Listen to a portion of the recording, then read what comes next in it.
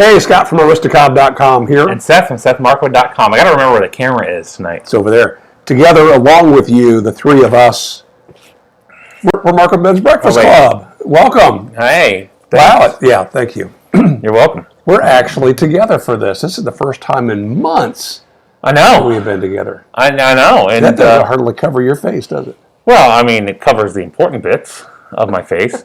I've been growing so much hair now that it's like twice as thick under here as it used to be. You know, I actually last night tried to have a mask made on Zazzle, created it, paid for it, got the confirmation. This morning I got the message saying, sorry, we can't produce that. You don't have the rights to it. What? They made a Zippo lighter with the exact same Vandalay Industries logo on it probably a year ago, and this year they won't make a mask that says Vandalay Industries. Man.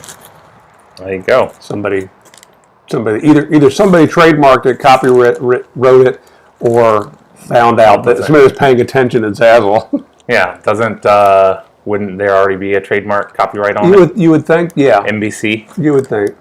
Anyway, hi. How you doing? I'm good. I'm good. Arbor Nerd is here. Howdy, howdy. Good to see you. This is a little bit dry, and I can tell that this is not something that you would. That's why it's dried out. I got more stuff over here if you want something fruity. Or you can mix it. Yeah, I'll start with this. Do a little hodgepodge. That's with this and that. Well, Here's a piece of paper towel. Okay, blending here on the table. Yeah. So finally, we're here to do our tobacco blending episode. That's right. The long-awaited. That's about 50-50. Okay, so you blend it together and then roll up the paper towel and light it. Yeah. Oh well, we've done that before. Too. Does not work the way you would expect it to or want it to. Yeah. Yeah, I was really happy. I made a T-shirt on Zazzle yesterday.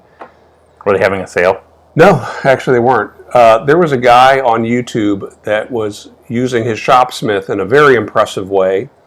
He was resawing, and resawing is taking a board and splitting it in half this direction. So cutting it not down the center, but cutting it on its edge in order to make what might otherwise be just a single board that would be thinner after going through a planer.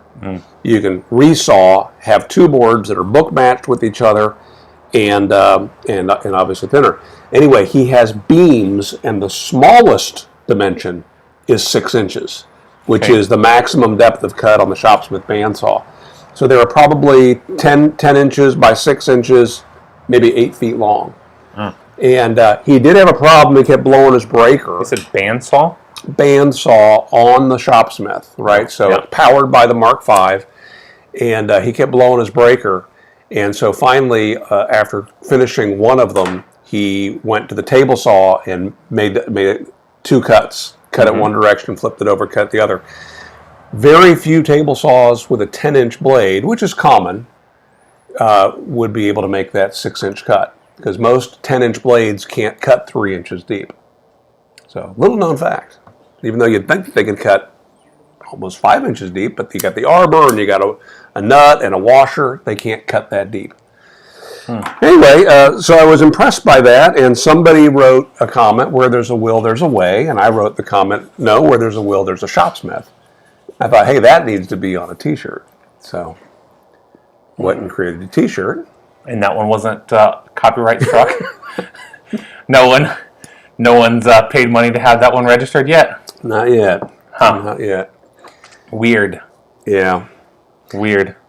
I mean, we've talked about Zazzle. It was a long time ago we talked about Zazzle, but it's one of those print-on-demand companies that you can have stuff made. This coffee mug was made at Zazzle. And it's possible to have things made for your own enjoyment, and you can also buy other people's things that they've designed and made available for purchase. And you could also take your own unique designs and resell them. And if you do that, there's a commission, if you will, an affiliate link that would, actually, you can earn 2 different kinds of bonuses with Zazzle. You can earn a referral bonus if somebody goes from your link and then buys anything on Zazzle, whether they buy your item or not. And then if they happen to purchase your item, you make a percentage of that sale as well. And so like super bonus if they follow your link and buy your thing. But our advice is always wait for a coupon. If you sign up for their newsletter, you get an email like once a week that tells you what the weekly coupon is. And it's usually, all their coffee mugs are 50% off, or the t-shirts are 40% off, or business cards are some ridiculous amount off. Yeah, they're basically the Harbor Freight of coffee mugs and t-shirts. I've never gotten the flashlight there, but that would be awesome if they did that. Lighters and watches, though. Yeah, I mean, they have genuine Zippos and a lot of high quality stuff, and they have face masks. And I was really excited because I got one. It's getting to the point where I want to be able to swap them out. And what a weird time of life that we want to be able to accessorize with our various face masks. I know. I mean, I'm in the same boat. Allison got me 2 at the store the other day, and she actually, each one was in a 2-pack. So this is one of them, and this is, of the 2 she got me, fits the worst. Which is why I brought it in, because I don't mind if it smells like smoke all the time. Gotcha.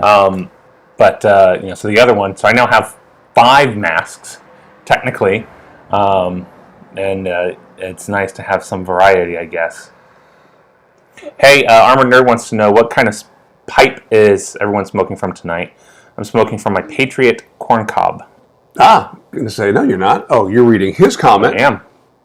You can actually see what I see all these weeks that we're doing this stuff. I know, this is crazy. Is it distracting? It's quite a dashboard you got going there. What are you smoking, boy? Hold it up. This is a Dagner Cob.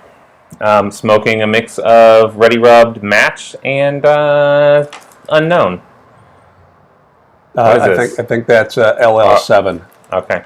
That's a Black Cavendish and some, is that Sutliff Ready Rub Match? Mm-hmm. Okay. Mm-hmm. There used to be Edgeworth Ready Rub, and it went away, and so a number of companies tried to match that flavor. And so I decided, I want to figure out which one of these I like. It turns out I probably wouldn't have even liked the original. Yeah. I get that. If this is a match for that, that's not a surprise. Anyway. I am smoking right now. I am smoking that LL7, that's the Lane Limited 7, in a Devil Ants Acorn, and I've already preloaded this old Country Gentleman that's got a what is that? It's a Danish amber bit on it. But sitting in the wings here, we have some Solani and some Fruit Loopy German tobacco, if we get around to that. Yeah, so for anyone that might be new or maybe have not heard us talk about that, it's a German tobacco. Homer's company is based in Germany, and so he has occasion to travel there sometimes and found a tobacconist. They make this tobacco that is an aromatic, that is just incredibly flavorful, and the really only appropriate way to describe it is it is like Fruit Loops. It's got just a lot of very fruity flavors that come through, and I think we were talking 2 or 3 weeks ago about how with Martin about how oftentimes flavor profiles are actually kind of nonsense. People they say, oh yeah, it tastes like bacon. It doesn't taste like bacon. Maybe if you squint your eyes and close your nose, you might get hints of that. But this really does have hints of like fruit flavor. Yeah, and I'm not sure which fruits. If you had to nail it down, no. I think a lot of times you get something that's kind of akin to raisins or plums.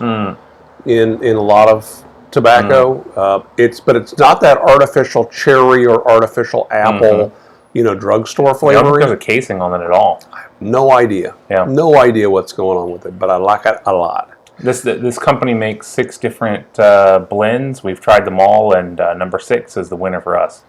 Yeah. So we always have a 10 of that laying around. So maybe we should just sit here and smoke for a while. We never get to do that. But that is what isn't that a popular thing that YTPC YouTubers do? Some of them. And we never have done that. We talk too much. So this weekend is the 4th, which is coming up super fast. And just about everything around here is shut down for all of the fireworks and everything else. Have you guys made any plans yet of anything to do? It's a weekend, so I have a lot of stuff I need to get done, as typical. And I've been working 4-day weeks, and so I've had every Friday off anyway. So it's like a new normal weekend for me. Right. With a lot of stuff to do. But my sister, Jill, is going to be somewhere in the state. And that's non-specific. Yes. And her youngest son and my niece from another sister is going to be coming out at some point from Colorado as well. George. And so there's just lots of stuff buzzing, but no idea what the details are for any of it. Cool. So, wow. How about you? What are you doing? Well, we've been trying to get to know our neighbors a bit more. That's something that people used to do, and we've lived in the neighborhood over 2 years now, and have slowly gotten to know. So, upside or downside neighbors? What? On the same side of the street, and are they on the upside or the downside of your? Yes, actually. Oh, you're getting to know all of your neighbors. We are, yeah. So we've got some upsides, downsides, and cross sides. Slantways and yeah, crossways. So we've got young kids, and our kids have gotten to know a couple of the neighbors' kids, and a couple of them are just over at our house all the time, just about every single day. Yeah, even now, families decided pretty early on that if you're always around the same people, just like you're always around your family, what's the actual impact of social distancing? If it's as long as you're not spreading it beyond that, there's really not a lot of increased risk. And so the kids are playing together. Also, it was really, really good because Allison homeschools our kids. Their parents were having to figure this out just straight off the bat. So their kids were all in school, and so trying to figure that out. And it was funny because just about every single day, around the same time every day, their kids were coming over to our house. So we think that was the point of breaking for the parents, right around 2:00. It's like time to get out of the house. So that's exactly what it is. So you mentioned your wife homeschools. She was a public school teacher, but she's still a teacher in addition to homeschooling. What does she do? How is she still teaching? I don't know how much of that we've ever talked about either. So she gets up 5 a.m. Most Monday through Saturday and teaches students in China, teaches them English. And so she does it via video webinar. There's a service that does that. So do a half-hour lesson. They're pre-planned lessons, and she's teaching kids between like 4 and 7 now. Don't do it. Sounds spike. And so he don't do it. Sorry. I'm trying to drown myself out here. So so she gets up in the morning, teaches them till about 7:30 Eastern time, where we are. And so it's a 12-hour time difference for them. And so she'll teach them. She's got, at this point, a number of regular students. So it's a nice little supplemental income. A lot of teachers do it as a second job. She quit teaching a number of years ago and found it was a good work with her schedule. She's a morning person anyway. And so she's able to get up, have these video lessons with these kids. Do they require her to keep up her credentials? She has to keep some level of credential. So it was easy for her to get in because she was a licensed teacher. I think that now her licensing is continued through the organization, but I'm not 100% sure. So, so she enjoys that because it scratches the teaching itch, and then she does it with our kids. Right now they're in summer break, but we'll have a rising third grader and a rising kindergartner this fall. What is a rising third grader? Moving into third grade? Yeah. Okay. Yeah. And Digger's just now going into kindergarten. He just turned 5 this month. He is a smart, knowledgeable kid already, so he's been paying attention to what his big brother's been learning, I guess. Yeah, Allison does school with all of them, but he'll actually be more. It'll be more expected of him. You know, right now it's kind of she'll do stuff. There'll be more of a strict curriculum and doing stuff more intentionally. Right now, you know, when Indra's doing school, she'll have school activities for Augie to do. So it's not that he's going without that work. So I have a question for you. Hi from North Carolina. So I am going to Ecuador. Change gears if you don't mind. Yeah. Okay. I asked Boy the other day if he had heard of a website that was new to me. I stumbled across a couple people on YouTube that were buying tools from a Chinese website called Banggood, Banggood, banggood.com, I guess. And it looked very much like Alibaba or AliExpress, but these guys were reviewing woodworking tools, mostly measuring and marking tools, you know, things like squares and, like I say, measuring devices. And first off, I'd never heard of the website. Second, the tools that they were reviewing looked pretty decent, and they looked very similar to tools that are being sold by some of the U.S. retailers, you know, for a fraction of the price. And so I first started exploring the website, and then I mentioned it to Boy, and he told me, oh yeah, he's purchased a few things, I guess. And then I went down this rabbit hole of these channels of people that are reviewing and have found that there's a little bit of a scam going on. Are you aware of this? Nope. So let's begin with, have you purchased anything from Banggood? Well, okay.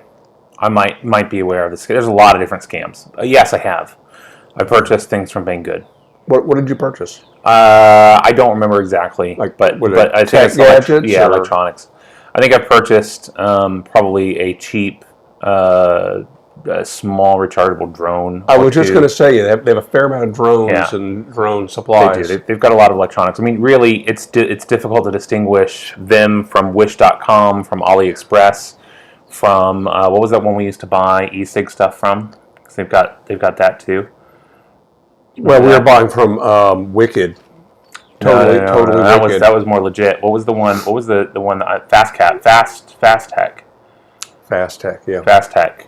By that, from there. I mean, all of these sites that are just American storefronts for Chinese goods are all appear the same. It's difficult to distinguish what is and isn't legitimate. So what's the scam? So tell me about the scam that you're talking about. They're basically, though, a platform for these manufacturers, or maybe even dropship businesses, which is why you'll see, if you find any one item, you'll see 20 people selling what looks like the identical item. Some of them it's the same picture. Yeah. Sometimes it's not, and maybe that adds a little bit of credibility to it if it's not the same picture or stock photo.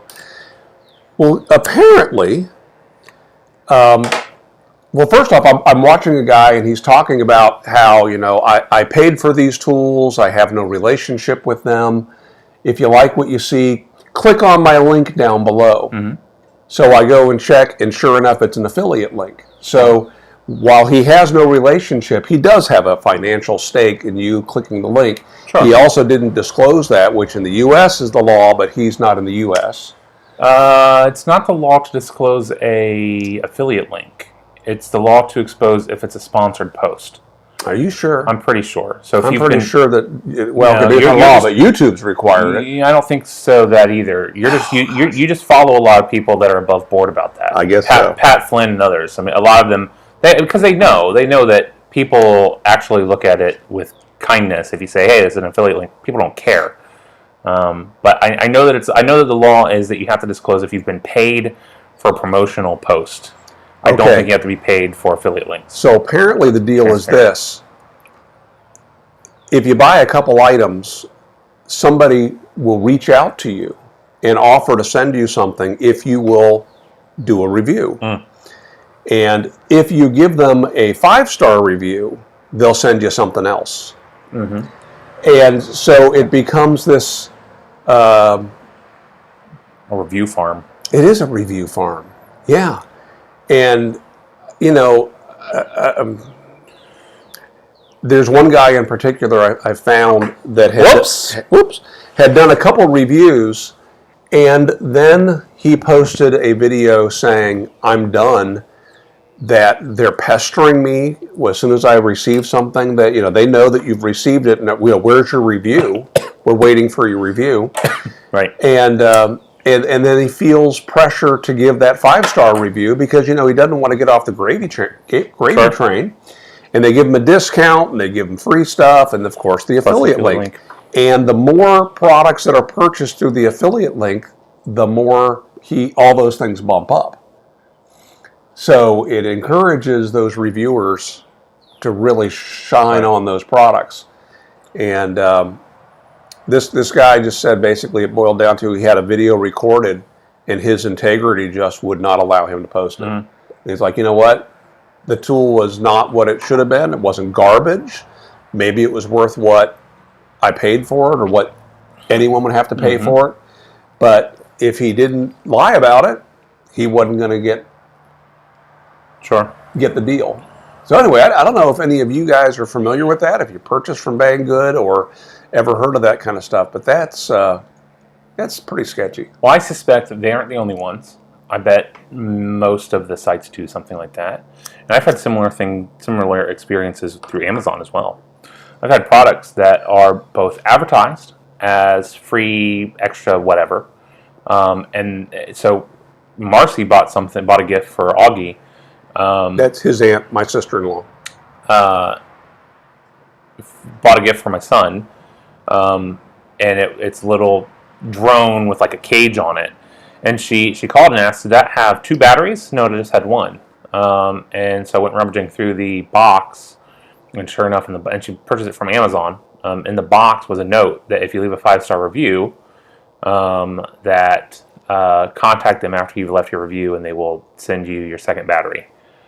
And I've seen that a couple of times. Now, at Amazon, that's illegal. They'll kick you out for doing that, but someone has to report it. And either people want their free battery or they're just too lazy to do it, like I was. Yeah. So, by the way, we've had a couple of people hop in here. Okay. Wafflebird, it's good to see us in the same place too. It's nice. We had to go someplace with internet, otherwise we would be in the shop, I think. Yeah. So, Edwin, we said hello to you. William, hello. Thank you guys for joining us tonight. And there's Eric. Eric, hey. Eric did a great video this week. If you didn't see it, the premise of his video was North Carolina. If a movie was made about the YTPC, who would play the main characters? Oh. And he did a great job casting the folks that we watch in the YTPC, including himself, actually. Nice. We have some whatever's next. Nah, what's that? What is this? You won't like that as much. It's Solani green. Yep. Green apple flavor? Sweet apple We've flavor? had it. Try it. Do you like it? It's right. almost gone, so. It's right. That smells fine. I don't dislike aromatic, like you seem to think sometimes. Just because I like other stuff. I'm not one of those only one or the other. So I was on AliExpress because I was needing to buy a few more of those phone mounts. It is dry. Yeah. And I have more. I don't have any idea where they've wound up. So let me. I've never taken any of them. Okay. I don't have any of your stuff. I've been using the magnetic car mount. Mm-hmm. I find that super convenient. Barely an inconvenience. Super convenient. Let me give you my top pro tip for purchasing stuff off of sketchy Chinese websites. Also, great pro tip if you're doing anything sketchy. For instance, let me give a recent for instance. I recently jailbroke my iPhone. which if you don't know, that means that some hackers created software that bypasses features in my iPhone. We're fine. It bypasses features in the iPhone to allow for unauthorized apps and modifications to be executed. And so with that, you can do all sorts of things. You can create new apps. You can people just change the aesthetic. They change a whole lot of stuff in there. And some of the tweaks and mods you have to purchase. Not all of them are for free. And so when you're buying something from a third-party developer you've never heard of, who's hosting it through a third-party site, basically as secure as AliExpress or Banggood or any of those sites, there's one tool I highly recommend, privacy.com. So privacy.com is a website and an app that you punch in your information one time, and you can use it to create temporary burner cards, single-use burner credit cards. That's right. And debit cards. And so you can set it up for a number of different things. You can set it up so that you could set one card up so that it has an unlimited amount, but only for one specific vendor. All right, so if you want your Banggood card to be set up with no restrictions on cost, but just in case the card gets stolen, you can set it up so that it can only be used at that one vendor. Or let's say you have a gym membership, and you know that the gym has a reputation for not actually canceling memberships when it comes time to when you have asked for them to. You can set up a card with a $30 a month limit just for that gym, and then when you submit your papers, you can just turn the card off just like that. Okay. It's great. Great way to protect your privacy. It has been vetted by a lot of organizations. It's a safe and secure way. And also, if it turns out that it's not, you know who took your stuff because you've only used that one place. So, especially for things like Banggood, AliExpress, some of those other potentially sketchy sites, it's a great resource. I mean, but that is the advantage of using a known company as the intermediary, because you're not paying whoever the guy is over there who's actually going to ship you your miter gauge. You're paying them, and what do they call that? eBay sometimes would do that, where they would... What do they call that? It's like an escrow. Yeah, right? they're putting a hold on it. PayPal does that, where they put it on hold, and you can dispute it if you don't get what you're supposed to get. So what I have heard is that some of the Chinese retail sites, they aren't acting as a platform for taking the money. That what they're doing is they're connecting you directly with the seller. And so even though it appears that you're making a purchase through maybe AliExpress, that you're actually doing it directly with that vendor's account. And that is where the times that it has gone afoul, that's what's happened, is they have your information apart from the platform. So just, I've never had any issue with any of them. I've never had things stolen. I have had times where the carabiner that I bought, the 10-pack of carabiners for $3 that I bought, turns out that they're like this big, even though the picture makes it appear like they're going through some thick rope. And I've had a couple of instances like that, but by and large, I've been pleased. In fact, we've talked about it before. This knife is a knife that was $20 or so from a Chinese site. It is not a legitimate Benchmade, though it's designed to look like one. But the quality of it, I'd be happy to if it was a $20 gas station knife. So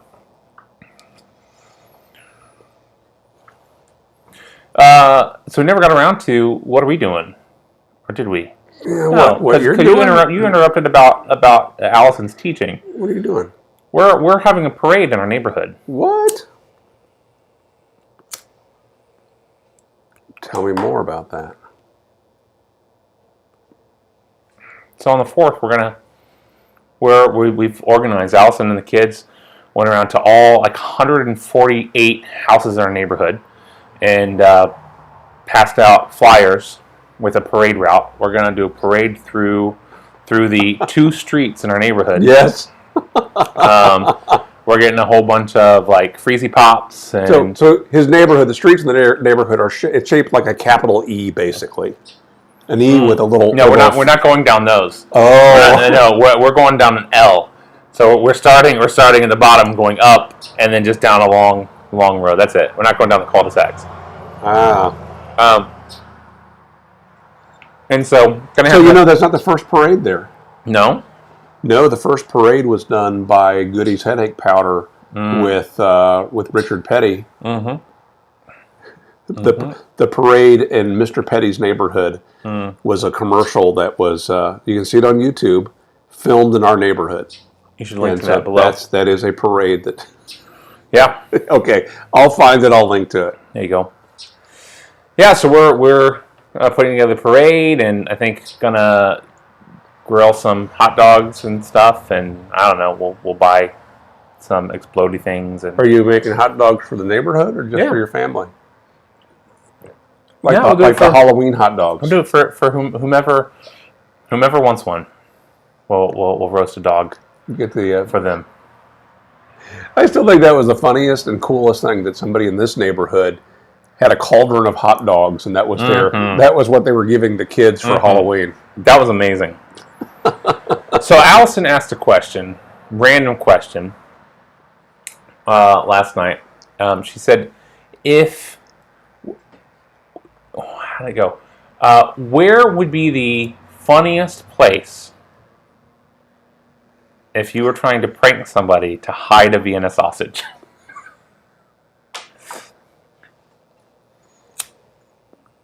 Should I give you the classic Bob Eubanks answer? Sure. Somebody type it in the comments below. Where would you hide a Vienna sausage? So is this on my person or... No. Where would you, to prank somebody else, where would you hide? You probably want them to, or not discover. It's up to you, Like, you could go hide it someplace they don't discover it until it starts to smell route. But many of the examples we came up with were awkward discovery of the sausage. Yeah, I would think for sure you could stick it behind the little refueling tank door on the car. That's a good one. You want to catch them when they have a full tank though, so it's going to sit there. And... Oh yeah, it gets gross. Yeah, that's a good one. So one of my first was just in the handle on the car on the inside, so that when they sit down and they go to close the door, they get sausage fingers. Yeah, they would. Do cars still have ashtrays? Because people probably don't use them. You could tuck one of those into an ashtray. Cup holders. Yeah, so you're going the stinky sausage route. Well, initially stinky, and then when they don't figure out the stink, it'll dry out, and then it becomes the rattly sausage. Yeah. The heck was that? Coffee. Someone's coffee cup, and they don't find it till later. Back of the toilet tank. Okay. Yeah. Right, because that's gonna give off that oily residue, and then eventually it'll either stop the flapper from closing, in which case when they investigate, as it continually runs, or worse, it's going to get sucked down. It gets sucked down into the bowl. But if you're lucky, it goes into the bowl. But it doesn't go into the bowl. It gets stuck. It gets stuck at the where the water comes in. It just clogs that up. Then you only have water coming into your toilet from one side. Yeah, that'd be terrible. Under the driver's seat, give it a few days in the heat. Yeah, that would work. So I've done that. I've done that with a can of tuna. Did that to Allison. Opened a can of tuna and set it underneath the passenger seat in her car. And several days later, she found it. Were you married, or was this? No, you guys were dating? We weren't even dating at the time. It's a miracle that we're together. It's a miracle. Did you write the name of her current boyfriend at the time and put it on his property of Andrew? No. No, it wasn't that clever nor vindictive. Howdy, Drop Bear. How you doing? Glenn. Good day, Glenn. So, Glenn, where would you hide a Vienna sausage?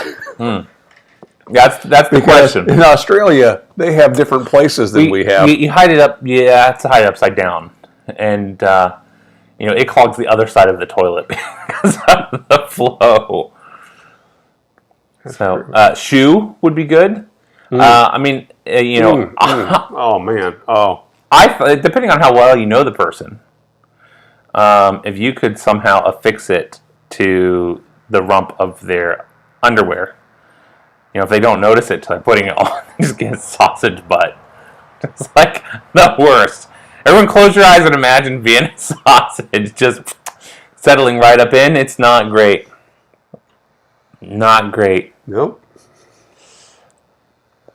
Yeah. Well, what we should do is we should start the next internet craze, right? So the Vienna sausage challenge. Yeah. Yeah. All the kids will be doing it. Or we could not do that. That's a good idea, too. Would be great. That's probably even a better idea. Yeah. Yeah, I thought so. Little did he know. Come to think of it. The game is already afoot. I check my shoes. Hey, speaking of that, I am so excited about the new Bill and Ted movie. Are you? I think I said that last week. Watched the trailer? Yes, I watched the trailer. I just absolutely love both movies. I really do. And for those of you who've not seen both movies, Bill and Ted's Excellent Adventure is a time travel movie. Bill and Ted's Bogus Journey is it takes place a travel to both heaven and hell. So it's existential. I can't even say it. Existential. There's aliens. There's much less time travel, though there is some.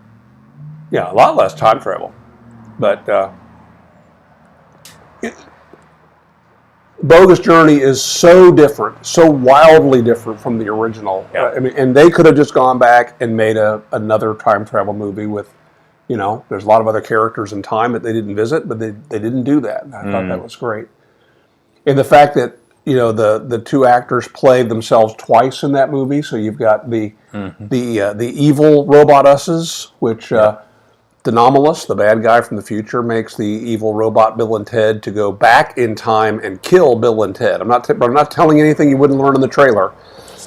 Station.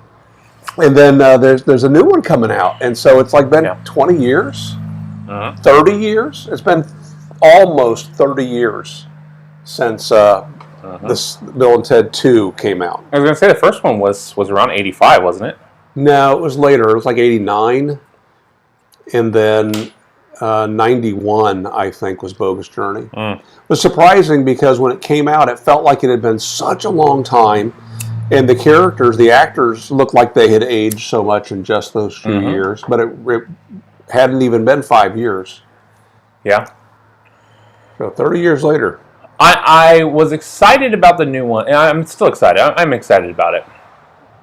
Was excited watching the trailer up until the really swolled Bill and Ted.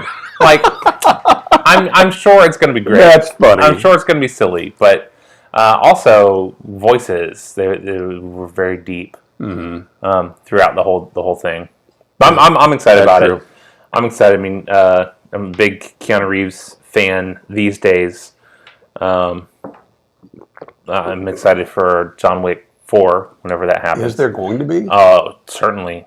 3 ends on a cliffhanger. Yeah, but is Certain. it going to be? Yeah, for sure. Wow. Matrix 4 is coming out. No way. You've not seen stuff for that? Not a thing. Oh, yeah. It's coming out soon, and I saw an interesting theory about how they're going to pull that off. And everybody, Keanu and Trinity, whoever that actress is, are both back for that. One of the interesting theories, because at the end of 3, Keanu's gone. Yeah. Neo is gone. And so one of the theories is that this will actually be potentially a prequel From another version of the timeline. Yeah, because if you recall, I know that no one remembers Matrix 2 and 3. Kind of tried to wipe them out of memory. I know. I remember this. I do remember this because Colonel Sanders. Three is when it was in the Wild West. Actually, I do. John Wick 4 out next year or 2022 or 2029. Yeah, they're going to wait till you can see it in the theater. Yeah, for sure. They have to. And they should. Yeah. So if you don't recall, because it probably has been a long time, basically the good and bad Neo and Agent Smiths have gone through this time. It's just reincarnation, basically, of the Matrix over and over and over and over again. And so that's one of the theories as to how they could be dealing with Neo having sacrificed himself at the end, and it appears to be the end of the fight with the machines. And also just the age. How do you deal with the age difference? Well, maybe it was a different timeline. All we have to do is see the trailer and see if his eyes are burned out. Yeah, I don't know that they are. Yeah. Although, were they inside of the Matrix though? No, not inside the Matrix. They wouldn't be. So, I mean, it could be taking place inside of the Matrix and not in Zion. Okay. Which, if it were a prequel, it wouldn't be taking place in Zion, probably. Because that was outside of the Matrix. How much of it is going to be CGI? Because an awful lot of 2 was. A lot of it, I'm sure, but the CGI has improved significantly. I'm talking the characters. I know. would be so disappointed if the characters were all CGI. You may Agent Smith piling up. You may not know. I mean, CGI of people has improved so much.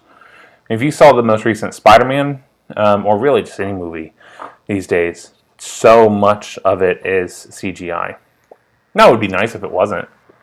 We're showing Homer the other week. Have any of you, seen The Mandalorian, the show on Disney Plus, based around a bounty hunter a la Boba Fett, it's set after Empire Strikes Back, but before The Force Awakens. So before Disney cashes in. Yeah, it takes place right after the fall of the Empire, while the Empire is still kind of in control, and there's but kind of not. It's a really good show, really westerny, really use practical effects and very different than the movies.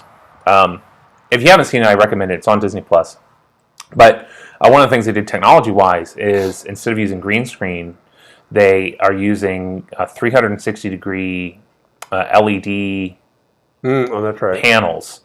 And so they have almost like imagine a cave, like an entire enclosure that's just a LED screen. Like a curved LED screen. Yeah. And so all of the things that they're doing, they're tying the camera movement into a video game engine, so that as they move the camera, the background changes, and the backgrounds are rendered in a video game engine as well. And so they're able to actually have like real lighting on the actors, because as the actors are standing there, they're actually in a real set, even though it's being not projected, but it's basically a TV screen they're standing in front of. They were able to get much more realistic footage and also not have to deal with some of the artifacts of green screen stuff. I forget which of the Popeye cartoons it was. It was, Aladdin. Good evening. Aladdin, or it was Alibaba and the 40 Thieves. One of those or maybe it's Sinbad the Sailor. Probably was Sinbad, where Popeye went down into a cave and is walking among. There's skeletons and there's chests and there's piles of gold. Mm-hmm. And it was the very first time that they'd used the cell animation where they had multiple layers of cells. And so as the character moved, they anticipated where would the camera be, how would the arches that lead into the next part of the cave move, and so it's really, really cool, and it was super innovative in its time. Yeah, what do they call that now? They call that the parallax effect. Mm-hmm. You get a parallax where you have different movement speeds of the backgrounds. Yeah, and so seeing this kind of brought that back to mind about, wow, that looks so real and so much better than green screen. And probably the neatest thing about it would be for the actors themselves, because they're not just standing in front of a green screen and pretending the pterodactyl is swooping down on them. They see it coming. Yeah, they're standing in the hangar or in whatever the scenery is. There's a really, really great video about this technique and how Mandalorian was the first film to use it. There's a new, I think Obi-Wan is going to be a new show being developed by Disney Plus, and they're using the same. I keep looking down here. You're over there. Sorry. They're using the similar technology, and it's going to become much more common. The big thing with the Mandalorian is because the armor he's wearing is largely like steel. It's very reflective. To have a green screen, there would be green artifacting all over it, and they didn't have to deal with any of that. What is being reflected off of the armors is actually background. That's really cool. Is that like a making controversial? of What do you think about Rise of Skywalker? It was, yeah. There's like a 20-minute vignette. Okay. Kind of thing when they talk about that technology. Oh, Rise of Skywalker. Did you see it? Yeah, I saw it. Did we see that together? No, I saw it alone. Kirk, we're doing great. Glad you're with us. I was so disappointed in the last three because it felt like they just discovered the original three scripts and said, well, why don't we just redo this one? Why don't we just redo this one?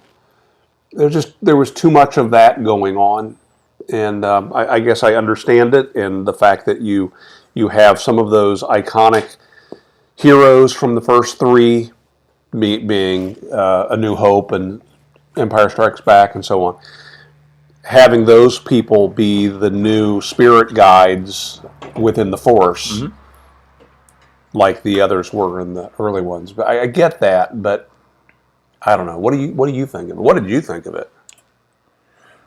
I agree with the Force Awakens.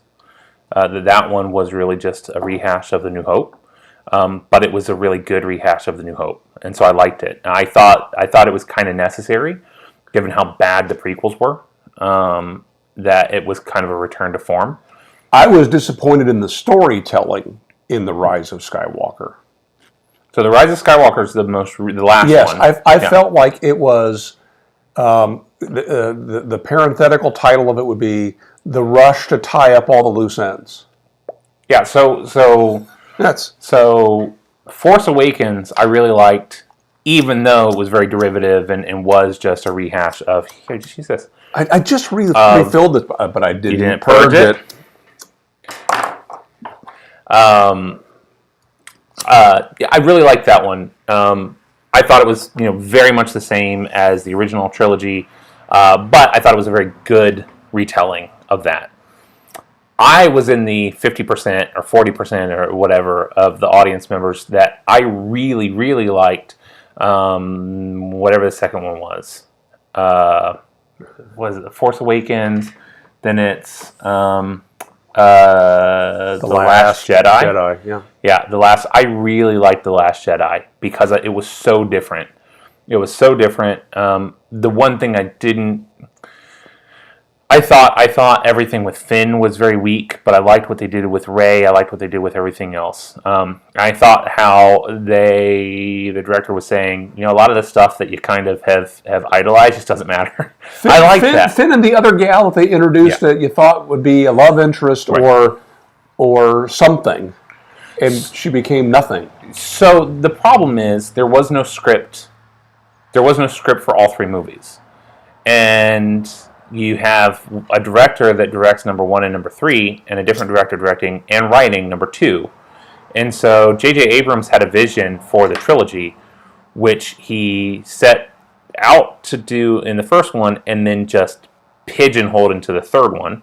After the second one was what took it, built on number one, built on it and transitioned it into something else entirely. And by the time the third one came around, Rise of Skywalker, JJ was basically just said, "We're just going to disregard this. We're gonna move forward with what I had planned and try to tie up some of the loose ends." I mean, it really needed to be there needed to be a third movie to do some sort of transition, and so it was just very rushed. A fourth, third movie? Yeah. Well, there needed to be a. If you're going to do such a stark contrast from number 2 to number 3, there needed to be something in between that would, at the very least, resolve some of the big questions that came up with number 2. And so I thought it was rushed. I thought so much of it just doesn't make any sense at all.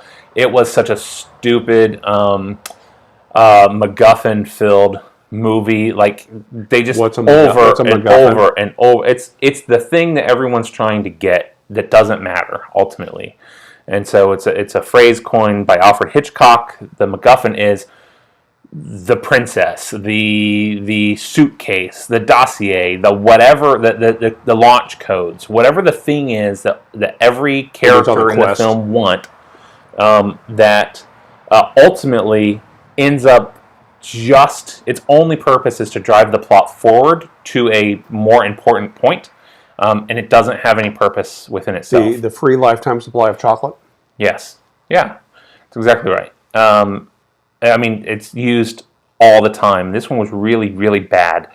And then every time there were just so many plot points that just were needlessly too easy. I just happened to hold the knife up, and I see in the background it matches. And I'm standing in the one spot on the whole cliffside where it fits. And we find the knife because we fall into the one hole, the quicksand, while we're running away from all the others. It was bad. The one quicksand that suddenly empties into an open cave.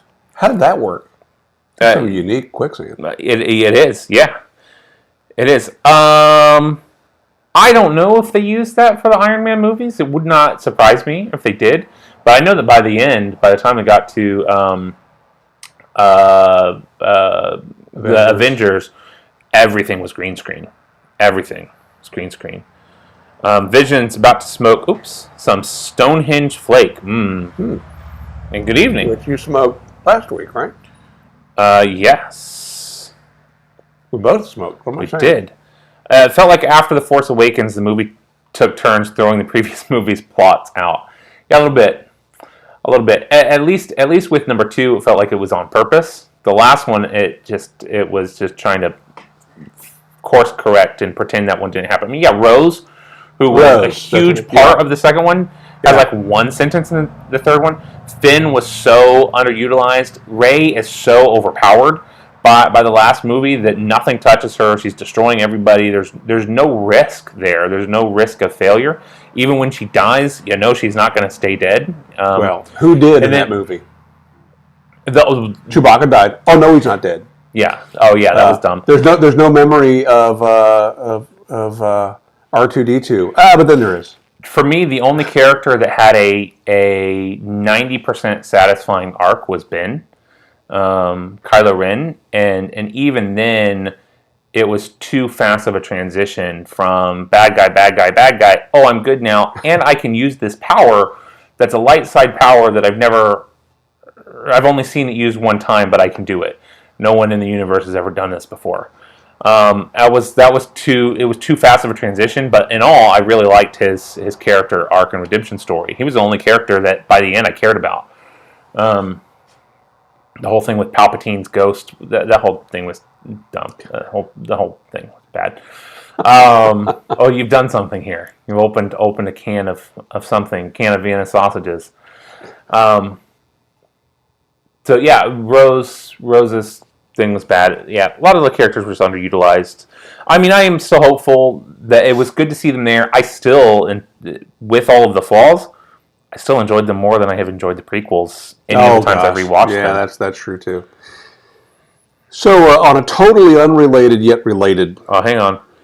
Hang on. Okay, all right, we're gonna wrap it up. Hang on. Wrap that up. Burley Nut Bob, hello. And then, when was the Sith dagger made that its ancient parts matched up with the ruins of a Death Star from just a few decades ago? Yeah, such a bad MacGuffin. That was one, the crystal thing, right? That Rey spends half of the movie trying to find, the little beacon, right? Spends half the movie trying to find it, and then isn't it destroyed? Doesn't that happen? Like, so that was totally a pointless artifact, completely useless thing to have her searching for most of the movie. The only movie I've seen in a long time that was worse in terms of like a MacGuffin hunt was Ant-Man 2. If you've seen Ant-Man 2, the entire plot of that film is they have shrunk down a building, and Ant-Man and Team Ant-Man and then the bad guys just take turns passing this thing back and forth. I mean, it is 2 hours of, I got it, nope, now I got it, no, I got it. You ever see those like the cartoons and the old Bugs Bunny where they're holding the baby, whatever, and they're running, and then they turn around and it's gone, and it's that. It's so bad. So, unless there's another comment about Star Wars, we're moving on. We have to. So, did you happen to see that Carl Reiner died? I did. And does that mean anything to you? Princess Bride, right? No, that's Mel Brooks. But yeah, Carl Reiner did a lot of the old comedy. He was wasn't he on the Dick Van Dyke Show? First off, he wrote the Dick Van Dyke Show. If you can see the pilot of the original show, I forget what it's called. Has one of those "Make Room for Daddy" kind of a titles, but he was a writer on the Sid Caesar Your Show of shows, and he wrote this pilot for a TV show about a writer on a comedy show, and they made a pilot, and it just wasn't very good, and what they didn't like about it was the guy who wrote it, who was playing himself. And so they ended up completely recasting it with Dick Van Dyke, and it was his first TV series. And so Carl went on to be a writer on the show. He also played the boss, played a recurring character who was almost entirely off screen, at least for a couple years, and then they would bring him on every now and again. Alan Brady, was the star of the TV show, the Alan Brady Show. They were writing for his And but he and Mel Brooks did a bunch of stuff together. And there is an excellent episode of Comedians in Cars Drinking Coffee with Jerry Seinfeld, where, and now I got to remember whether he was with Carl Reiner or was he with Mel Brooks. But the point was... They're close, see? The point was, it was funny, was he finds out that, let's say it was Carl Reiner, he finds out that every single night, Carl and Mel have dinner together. And so he invites himself to dinner, and he says to Jerry, well, then you're bringing it. So Jerry has to go to the deli and pick up all the things that they're going to eat. And then they show up at their house. Again, I think it was Carl's house. And these guys have their chairs that they sit on every night. They had their TV trays that they bring out. And they sit and they watch Wheel of Fortune or Jeopardy or something like that every single night until they fall asleep together. You know, they're just lifetime buddies. So it makes me wonder about Mel Brooks today. Yeah, tough day. You know, he was one of those comedians as a star that I think maybe his comedic timing wasn't in sync with most people, and I think that's true of a lot of folks. But he went on to direct or produce movies with Steve Martin, and he understood Steve Martin's comedy and how to use him. So The Jerk, Dead Men Don't Wear, Men Don't Wear Plaid. I think he did The Man with Two Brains, and so anyway, Carl Reiner, and then his son. Do you know his son? Rob Reiner. Yeah, so that would be Princess Bride, right? I think it is. Yeah, I think so. Rob Reiner played Meathead on the Archie Bunker show, All in the Family. and then went on to become a director in his own right. So, yeah, I don't know. It's one of those things that the dude was old. He was well into his 90s, like 98 years old, and it was just a matter of time. But even so, it comes across the news feed today, and I'm like, oh, that's a shame. Bummer. That's a shame. 2020, man. I know. What's next? Speaking of The Princess Bride, there is a phenomenal video, probably from Give me that lighter, would you? From just the last few months, of Mandy Patinkin, who played Inigo Montoya in Princess Bride. He's on a news show, and one of the two hosts gets a call from his wife that his wife is going into labor.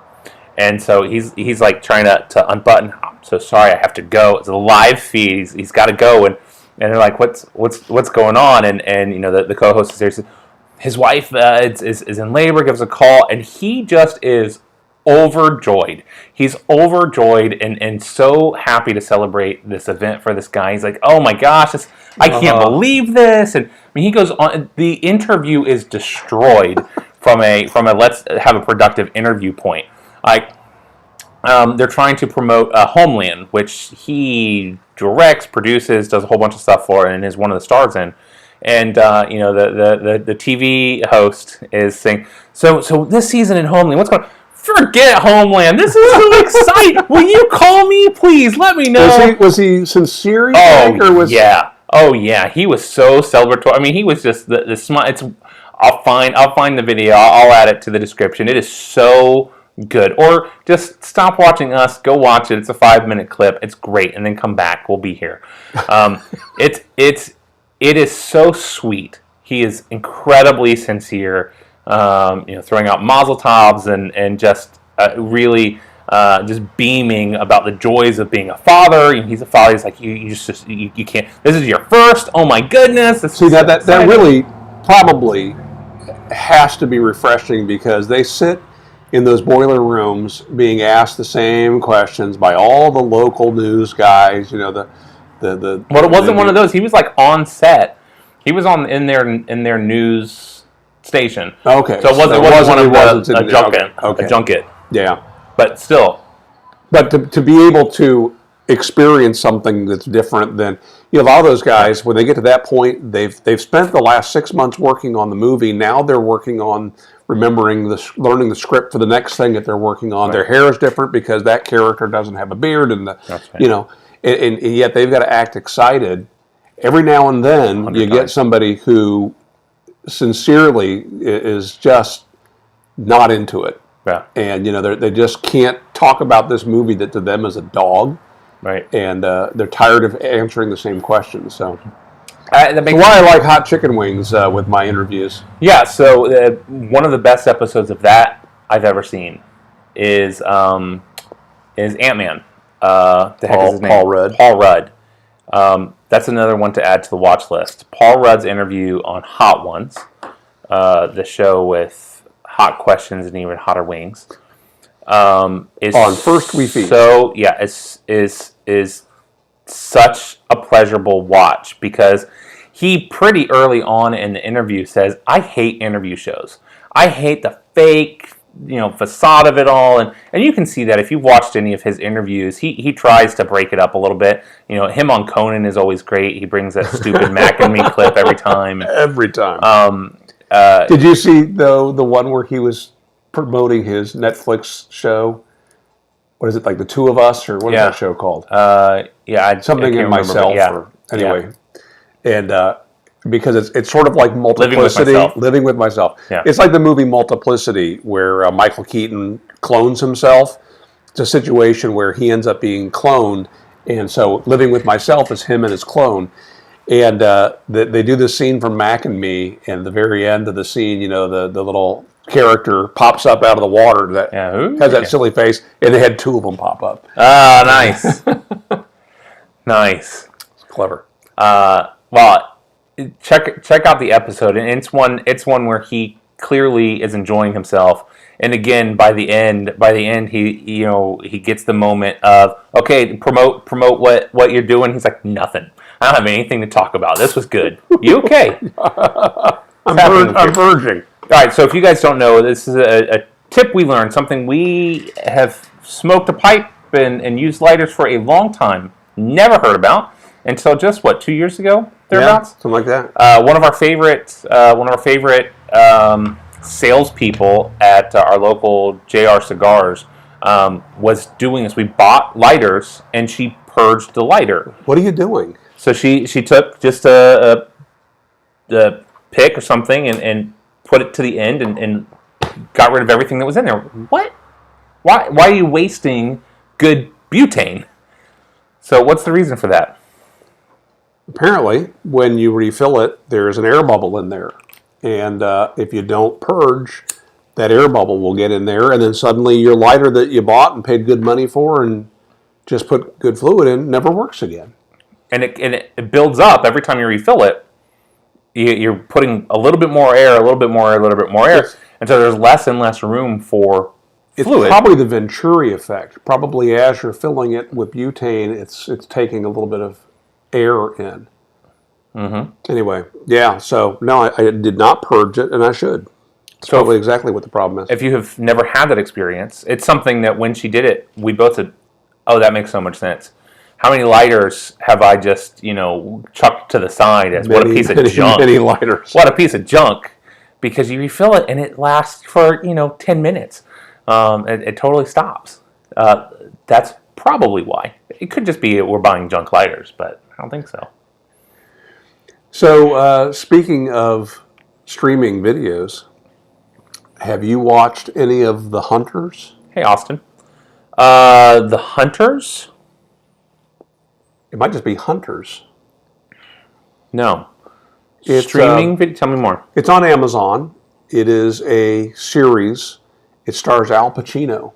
And basically, it takes place in the probably early 70s, and it is a hodgepodge of characters in New York or Chicago or LA. I'm not paying enough attention to know where they are. Is this the show where they used crazy de-aging? I don't think something so. else? No, Okay. that was a movie, I think. Okay. I thought Anyway, they are Nazi hunters. Okay. So what they find out, and what we find out, is that the U.S. government brought a whole bunch of Nazis over after World War II to help get to help us win the space race and so on. But many, many, many more than were ever admitted to, and these characters are hunting them down and getting some vigilante justice. And they show a lot of their backstory, so slowly but surely you're finding out why this one person who's in this group, what their personal experience was in World War II, or it was their parents. You got younger characters, who are 30-somethings, and you got an even younger character whose mom or grandma gets killed in the very first episode. And that's basically how kind of the hero of the story gets involved in the story. But it's really good. It is about as R-rated a streaming show as you're going to see, and there's some pretty graphic violence and language, and anyway. But it's been an interesting show. I've watched, I think, maybe 7 episodes of it. Of how many? I don't know. I don't know. I should find out. Yeah. I'm just curious if you'd seen any of them. I've not. No, I'm behind on a lot of shows, and I've had a number of shows that I've kind of watched 3/4 of. I need to go and finish. So I've got Counterpart is one really good sci-fi show. A number of those. Have you seen the trailer for The Boys? Did you watch The Boys? I did watch The Boys. You see the trailers yet? No. There are two trailers out. They're excellent. I'm excited. So for here's, season 2. I have seen that. You can see Al Pacino in there. It is Hunters. It's currently just one season, but it's showing that it's from 2020 to some. So there's going to be more. It's in 1977. Is the era. That's right, Jimmy Carter's president, so it's 77. And how many episodes? I don't know. So, last night, speaking of R-rated, I have watched through the show, but just started watching The Witcher with Allison. If you were into Game of Thrones and like that kind of medieval, little bit of magic kind of thing, I recommend it. But it definitely... There was a really great SNL bit a number of years ago when Game of Thrones was in its first or second season, where they, the skit showed behind-the-scenes footage from Game of Thrones, and the director of every episode is a 14-year-old boy. And so, he's like all the time, what this scene needs is more boobs and blood and boobs. It's got a little bit of that, a little bit, but which, the blood or the yes, both. Okay. In it, I mean, Game of Thrones did as well, but it's a good show. Now, the one I've just started into is on Netflix in the U.S. It's called Money Heist. It is a Spanish show. In the original Spanish, it is Casa de Papel, House of Paper. It's got 4 seasons. It's a heist show that already, I think I'm 2 or 3 episodes in only, have been caught off guard several times. So is it overdubbed, or is it, are there... It's both. So subtitles, you can watch it dubbed. That's an option on Netflix. But what I have found is that I'm enjoying it more with subtitles. I've tried both. And the voice acting, you just get more... You get more of the inflection with the Spanish and having to read. Yeah, that makes sense. Having to read that. So, let's see. Michigan men, good evening. We're Ohio men, North Carolina men presently. Austin, I do enjoy Harry Potter. I read probably 5 of the 7 books and filled in the in-between with the films. So I think I read 1, 2, 3, maybe... I think I watched 4 and 5 and then finished out the series in book form. And so I know I missed some stuff. My son just received the 3rd book and is reading it. I mean, everybody says Gryffindor because... what are the other houses? You got the bad guys, the good guys, and the 2 that no one knows anything about or cares about. So, I do like Harry Potter though. We on our trip to the beach, in the car, my family was listening to The Hobbit, which is my first time through The Hobbit. I haven't read any of Tolkien's books, to my shame and disgrace as a nerd. I have been really enjoying a book by Brandon Sanderson, who, when we talk with Martin, he's the one that finished the Wheel of Time series he was talking about. Mm-hmm. This guy is a prolific writer. He writes a ton of books. Mistborn's a favorite series of mine, and the one I'm reading now is called The Way of the King, which, what he does really, really well, I've gone down a rabbit hole recently of YouTube videos describing different magic systems in books and in film. And they talk about the difference between a hard magic system and a soft magic system. Hard magic systems have very clearly defined rules and limitations. Soft magic systems don't.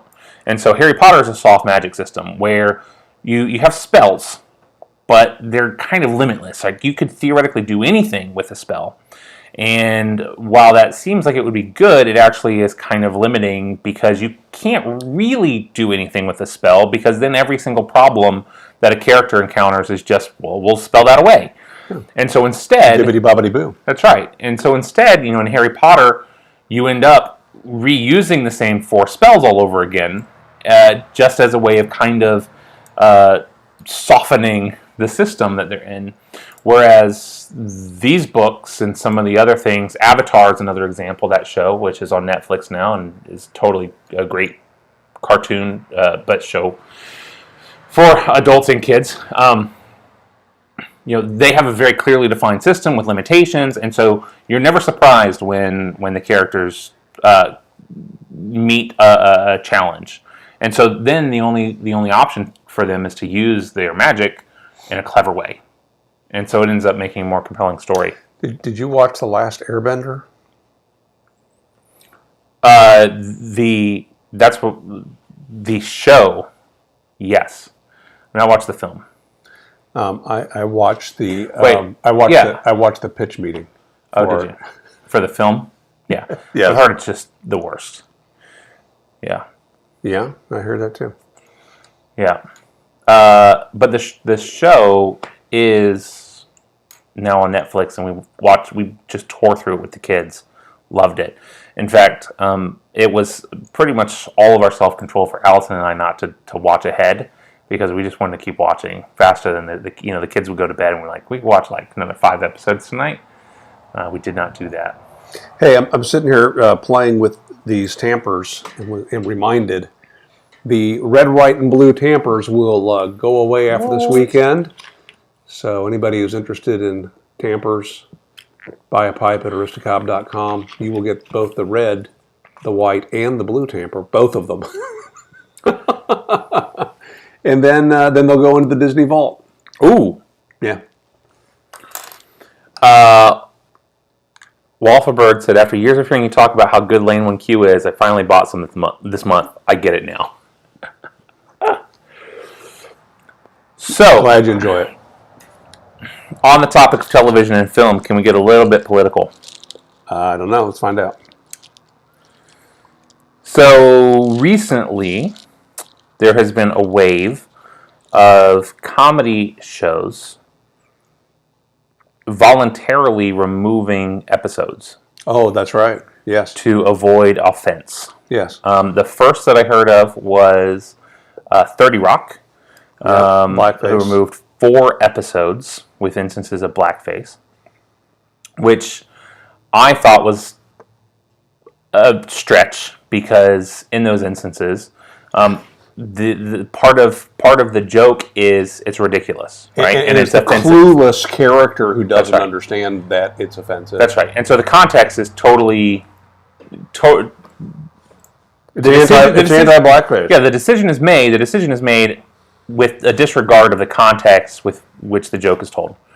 Then It's Always Sunny in Philadelphia. Similar situation. They had a full episode taken down. That episode was one where they write their own version of Lethal Weapon 4 and film it with one of the characters in blackface, again being called out immediately. Then an episode of what was the other show? There was another show that had an episode removed, and this is removed from all streaming platforms. But the one that really ticks me off, that really, like, the others are actually characters in blackface, and you know, for comedic purposes, I can understand. The one that really, really bothers me, now there's been another one that's just stupid. Did you hear about Golden Girls? We'll get into that.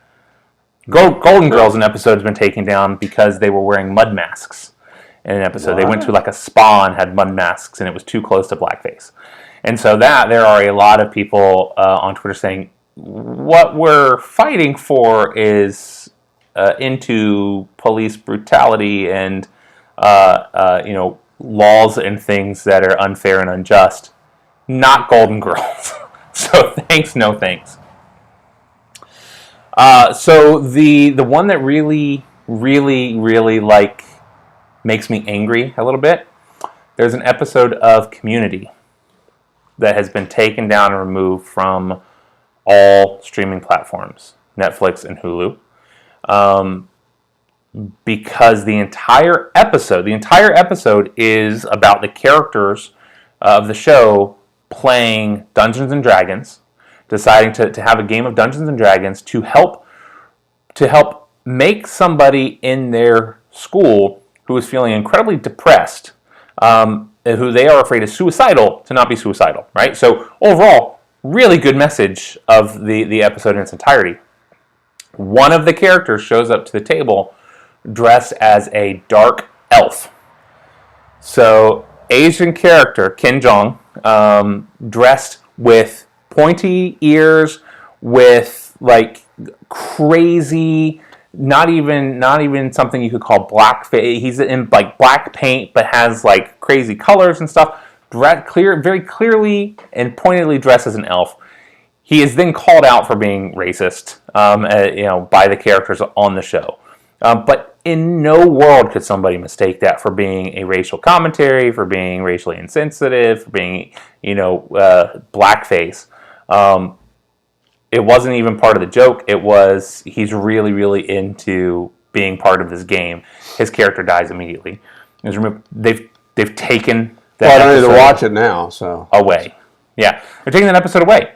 And so the character, the suicidal character that was introduced, there's a meme going around where somebody says pre-2020, and they show that character in the next episode where they show up, and that character is now just kind of part of the group, part of the conversation. Pre-2020, hey, it's Fat Neil. That's his nickname. Post-2020, who's that character? Why are they talking to the group? Because you're never introduced to that character now. Like, I know Fat Neil. No, huh? I know who Fat Neil is. Yeah? Yeah, and Starburns. Yeah, that's right. And so in no world, I cannot fathom that. And then the Golden Girls thing is extra ridiculous. I don't get it. And it is upsetting to me. It makes me want to we could get pirate some We things. could get very political. I don't want to get very political. I understand some people's sensitivity about some things. At the same time, I heard. Let's just go to like an extreme example of tearing down a statue of an abolitionist, right? I heard. I think it was Mark Stein on the radio today. I had 10 minutes of a drive and turned the radio on and heard Mark Stein talking, and he was talking about how, it used to be all of the founding fathers and characters in the early American history pretty much whitewash their background, right? You just didn't talk about the negative stuff. And then as the years have gone by, it has become more and more politically correct to share some of their warts, right? So you learn about those people, warts and all. And his point was, now all we teach is the warts, and why these people don't deserve any appreciation. And especially when you consider that in the world that they lived in, the position that they took, those, and particularly somebody who's an abolitionist, is extreme. We happen to be related to Ulysses S. Grant. And if you look at his background, and you would hear that he was a slave owner. And the true story is he married a rich girl. The rich girl's father, as a gift, gifted them a slave that he did not keep. Now, what did he do with that slave? I don't know. I don't know if he became a free man, if he sold them or what, but he wasn't interested in having slaves and went on, obviously leading as a general in the Union Army to fight slavery, and then ultimately as a president went on to reinforce the things that Abraham Lincoln had put into place. So was he perfect? Heck no, absolutely not. Not a perfect guy. He was, there were things that some today would consider atrocities against Native Americans and so on. But I also look at it from their point of view and the jobs that some of these folks had, and they're reacting to something that happened in this town that they're being sent in to quell the lawlessness as they see it, right? Their job is not to go in and be Judge Dredd and to judge the situation, right? Their job is to quell whatever the uprising is, and so on. It's like, I wish that we could pull out our phones and Google and read a Wikipedia article and go, oh, actually, while this guy wasn't great and I personally wouldn't have built a statue to him today, I can see why 100 years ago they put the statue up, right?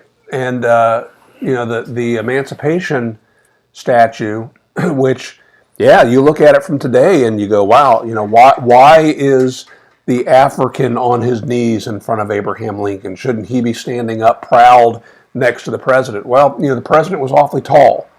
So even if he were standing, he probably would be lower than the president. Well, then maybe he should be higher up. The fact that statue was paid for by freed slaves from their own money. And I guess even Frederick Douglass, when it was unveiled, he had some questions about it, because there were some aspects of that, first glance, that's kind of disappointing. It's like when they unveiled the Martin Luther King statue on the Mall in Washington, D.C., and he looked Asian.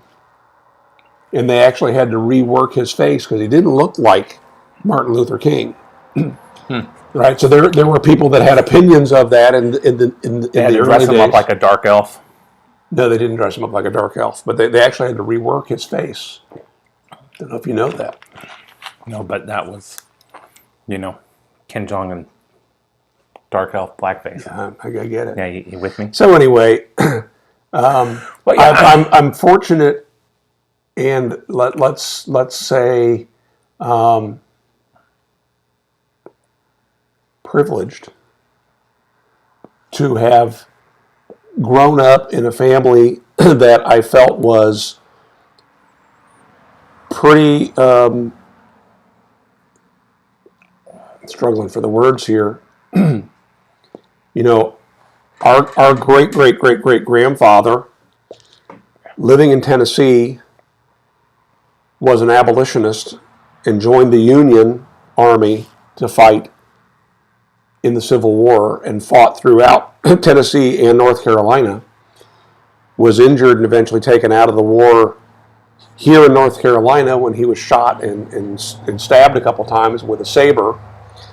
And not to say that, hey, that's a check mark that should abolish us of any responsibility of things that maybe wrongs that have been done to people.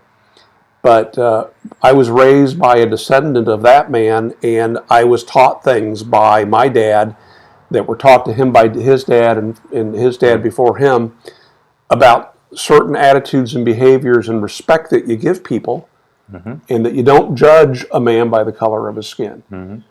And it's just weird to me that we're in a place now that folks are digging in on extreme sides of these issues and not taking a minute to say, how did we get here?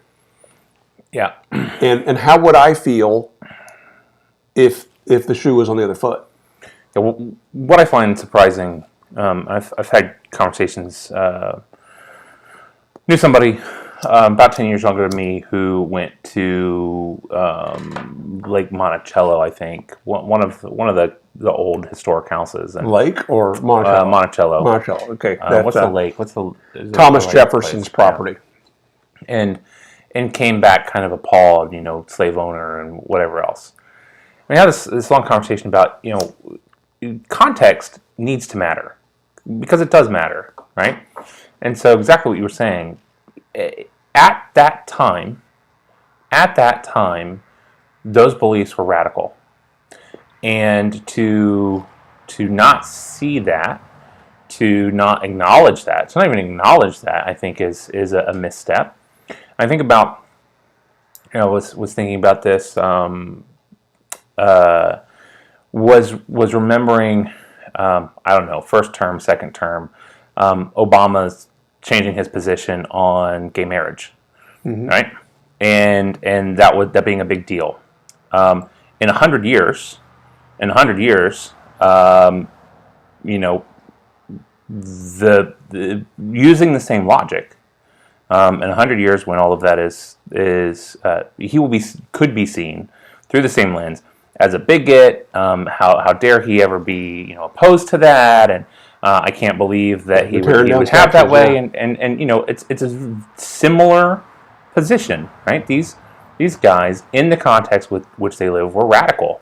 To hold them to a standard of 100 years of progress or change or whatever, it doesn't make any sense. And so a lot of the people, a lot of us, in 100 years, if we're judged by the cultural norms of that day, will look terrible.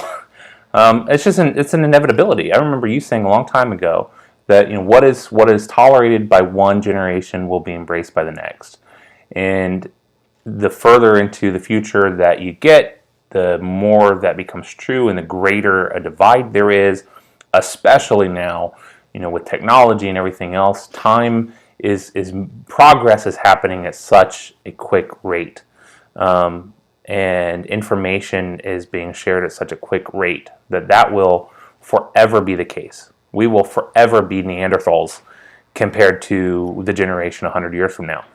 Yeah. I mean, it's an interesting situation where a lot of those... Yeah. Cap and clinch. We can only be as good as the time in which we're in. That's true. Yeah. When many of those Confederate statues were put up, they were put up by the daughters of the Confederacy, and they were put up in like the 1920s, a lot of them. And I'm of the opinion, living in the South, that in the middle of a town square, on public property, maintained by public funds, statue probably needs to get moved somewhere. Yeah. Put it in a cemetery, put it in a museum. I hate seeing them torn down, destroyed, because there's still a story to be told, right? And there's still, okay, so what did this person do that somebody wanted to put them up on a pedestal? And you know what, after I hear the story, I might say, I disagree. I would never have put this guy on a pedestal, right? But the thought of... But it doesn't make it less historical. Yeah, of tearing it down is it's weird to me. Well, and then the big question is, what's the right way to do that? What's the way to go about that? The will of the people, or it's true democracy would say that the 49% of the population who is offended by it, they have to suck it. That's not the way things work in America, right? We try to be a bit more sensitive than that. Well, used to before Facebook. But for a mob to tear something down because they don't like it, that's wrong. Yeah. I think for city council to tear things down because the 10 of them believe that something is should be taken down. I think some of this stuff should be taken to a vote. Yeah, I think. But still said, I say that, but then again, I'm of the opinion, though, that statue that's in the middle of the town square that is offensive to many, many, many people. Right. Do you vote and let it stay there? Right. I mean, as Americans, can't we get along and say, you're right. That probably shouldn't be the centerpiece of our city. Yeah, I think there is definitely the balance between that, but then the other extreme is being offended on someone's behalf and acting on their behalf, which to how this political conversation started is what's happening with these television shows being taken down. No one has asked for that. Nobody has asked for that. But people are being offended on behalf of somebody that is in the position to be offended. Well, and they're preemptively inoculating themselves because you know what? Maybe that episode we're not so proud of. Sure. I mean, I get it. I disagree in general. I disagree in the principle. There have been a number of actors speaking out and saying, "Yeah, I'm not going to do this role anymore," or whatever, because it should go to a person that is the role. And to a degree, I see that. Also, that's what acting is. I mean, acting is you're playing a role of somebody else, and to only allot a role to somebody that is that thing. Was White Chicks okay? I don't know. Wayans Brothers dressed in fine. whiteface? It's fine because majorities don't get to be offended. So, all right, good point. Yeah. If any of you are on Reddit stepped into a pile of crap this week too. Offended a whole lot of their user base. They shut down one of their most popular groups, right? Aside from that part of it, they did two things kind of controversially in the last month. About a month ago, because they were called out for a number of things. One of the members of their board stepped down and asked for a person of color to fill his position. And so they hired a person of color. And a lot of people said, why? I mean, what, now that person will know that they've been selected because they're a person of color in large part. But then they revised their code of conduct, their rules, whatever, and they explicitly state that they're going to make judgments on that basically the only protected class on Reddit, the only people that are allowed to do or say anything offensive, potentially offensive, are minority groups. And they defined it in a bunch of different ways, a bunch of different terms. But it was, a lot of people said, wait a second. So what you're saying is, you're deciding these things, and you are creating a class system. Is really what they're doing, and it has not been received well. So if you're on Reddit, it's worth just being aware of that. And in the process, they took down a lot, something like 1,500 subreddits that they deemed to be offensive. And then many of those have minority counterparts in whatever category is defined. They define it racially, sexual orientation, number of different ways. And so people are calling that out, saying, well, it's only offensive because it's a majority group. That doesn't seem right.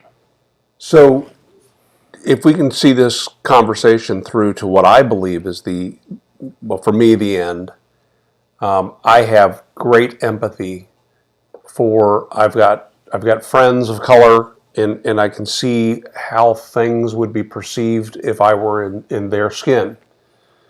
My bigger concern are these Antifa idiots who will grab a hold of any unrest and stir the pot, because their goal is anarchy and they want to destroy our country. Mm-hmm. And that to me, I would hope we would all agree needs to stop. But, sort of like that, when you rob Peter to pay Paul, you can always count on Paul's support.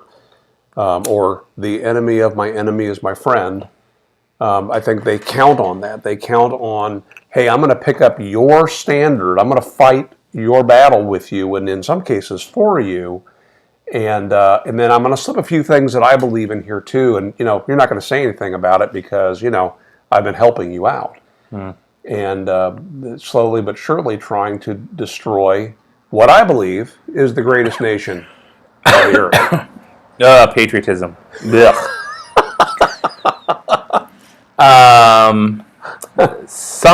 Show me a better one. Somebody said, back to more pleasant things, William asked, hey Scott, that Country Gentleman pipe has a nice aged look to it. How long have you been smoking it? A long time. This was one of the very first Magna Cob pipes. You can see the magnet is gone, and this has got a hardwood plug in the bottom that has a stamp as opposed to a sticker or a label, as Missouri Meerschaum likes to call it. However, I could date this because it's not the oldest, because when we started selling Country Gentlemen's, they didn't have a hardwood plug. Mm-hmm. And I lobbied for a long time that it needs a plug. And not only because... Do they still do that? Do they still do the plug? Yeah. Okay. Because for a long time it was because the cob was not growing well, right? They did that during the drought on a couple of the pipes that don't normally get a hardwood plug. Some of the real small pipes. And that was luck of the draw. You might get a Legend or a Washington pipe that, why, my goodness, it's got a hardwood plug. When they start doing that, they just did it to save a little bit of the crop. But the Country Gentleman did not have a plug, and I had two issues with that. One is I liked it a lot, and I wanted it to last as long as possible, but it was the exact same price as a bunch of the pipes that had a hardwood plug. And so I argued successfully. I'm taking credit for this. Just like the bend, the Aristocob bend in the Danish stem, Danish bit, I take credit for that, and I take credit for the hardwood plug in the Country Gentleman. Anyway, yes, it's old. And again, you can see how that amber stem has darkened up nicely. It's always good to take credit for things no one cares enough to argue about. Correct. No one else was clamoring for that credit, so you can have it. I can produce emails. If you want to see the emails that I sent to Phil. In fact, there's a bunch of interesting footage. One of these days when I'm dead and gone, and Missouri Mearshams moved on to several new owners, and all that's water under the bridge, Seth can make live some of the videos that I've recorded direct to Phil. And back in the day when the drought was going on, they were still trying to produce some pipes that never should have been made because the bowls were just too small, and there was nothing but plaster. They were filling in all these huge voids, and these pipes came in looking like they had a cast on them. And I have a couple videos of me, talking to Phil and showing him these pipes and saying, "I can't sell these, Phil. Yeah, I can't sell these." And that was right before they decided that let's not sell these sizes for a while. Yeah, they did that. I'm going to take credit for that too. Austin asks, is Reddit a publisher or a platform? Good question. Good question. I think it qualifies as a platform, like all of the other social media platforms, and so it skirts around liability laws that way, just like Facebook and Instagram and every place else. Now, there are places internationally, in particular, that are changing that definition and defining it otherwise and putting restrictions on it.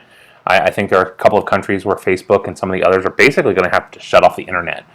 Europe, I think, has been trying to push something through that would make them liable for anything any of their users posts, period, including any copyrighted content. And so, my Vandalay Industries. That's right. Well, the extreme example is if you posted a news article to your Facebook feed, if there is a preview on that, that's a copyright issue because Facebook wouldn't be allowed to copyright it, and they would have to pay royalties to the newspaper for that. Because they're benefiting from that content, right. Yeah. And so there's some stuff. I don't know that has gone through yet, but that's a fight that's going to happen sometime in the next 5 to 10 years for sure. In my opinion, I like a free internet. I think people should. Look, if I don't care what is on there. I think people should be using their discernment and wisdom enough to decide what to pay attention to, what to listen to. So if someone wants to spout nonsense, I don't think it should be removed and policed and whatever else. And you should be allowed to go on and shut it down, right? Spout additional nonsense, whatever.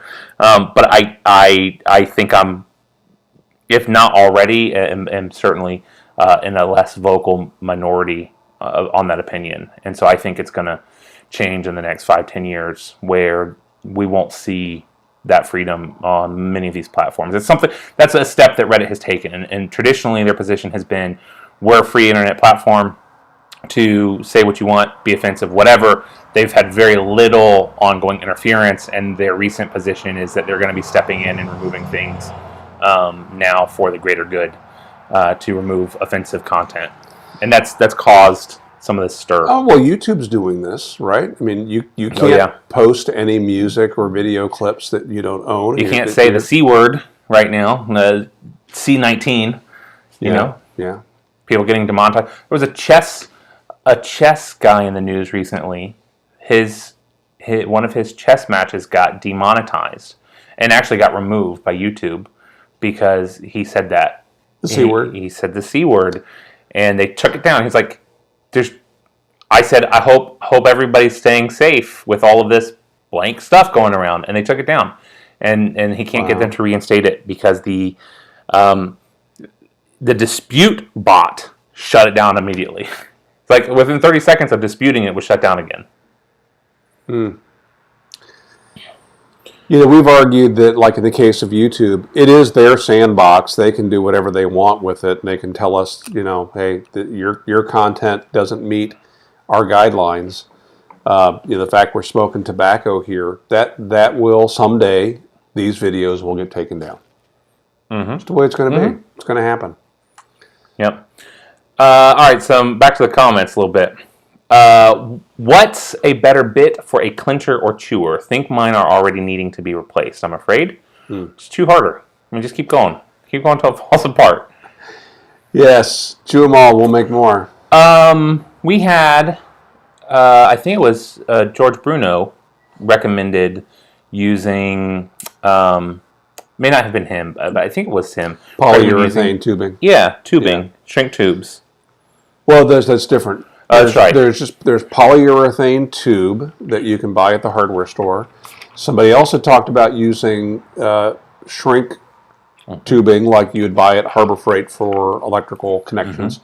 I tried that once, and it just continually weeped something, some solvent or something that it just never. It was nasty. I wonder if you could treat it or something, soak it, and get that out. We recently started offering. I don't have any right here. We started offering some soft bits that are made of silicone. And I tried a bunch of them, and actually the genuine softy, which is not true, by the way, the genuine softy bits originally were produced by a company called Bryco, owned by a gentleman named Norm Bryden, who I know personally, who's now deceased, by the way.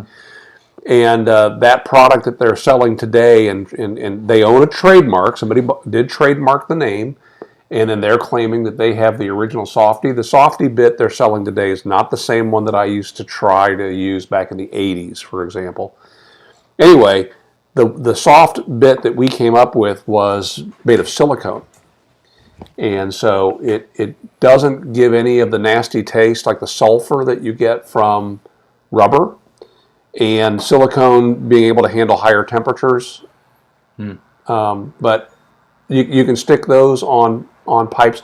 We're working right now. I brought in the small size, and we were going to have two sizes. The small ones I bought just to make sure that they would fit most of the corncob pipes, but they're way too small for a Dagner.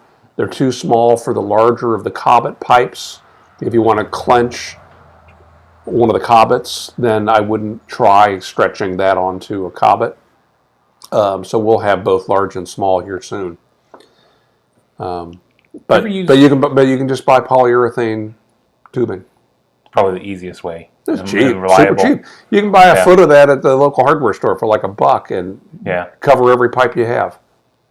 So you go. But the bit that I like is this Danish bit, and I like it because it's got a little class to it, a little bead right here, but also it's broader than most of the bits. So here you can see how much broader it is than the Royal bit that happens to be on this pipe. I don't know if you can much broader than the standard filtered pipe. I don't know if you can get a close up on that. Here, I'm going to switch my camera real quick. Here, get it right here. And put some light on it too. You can see this is bit all to heck, but it's not deformed in any way. But see, I don't chew on them, right? Yeah. I don't go to town on these things, and they'll last. This one's been on there for years. Right. You can see how the wood is also discoloring. It's getting some nicotine and tar in it, and this thing is gnarly, and it smokes wonderfully, and it almost has no stain appearance to it anymore. Yeah, this one of the. You can see the bottom of it again. How it, like I said, it had a magnet at one time. I just never have replaced it. When you had a hard time, too, if I recall, getting the magnets to stay reliably. Yeah, and in fact, I've redesigned the MagnaCob, and I keep saying I'm going to bring it back. I'm going to bring it back, but it's going to be different because it didn't matter what adhesive I used, two-part epoxies, even, what's the one? JB Weld. I use JB Weld because it's a high-temp epoxy.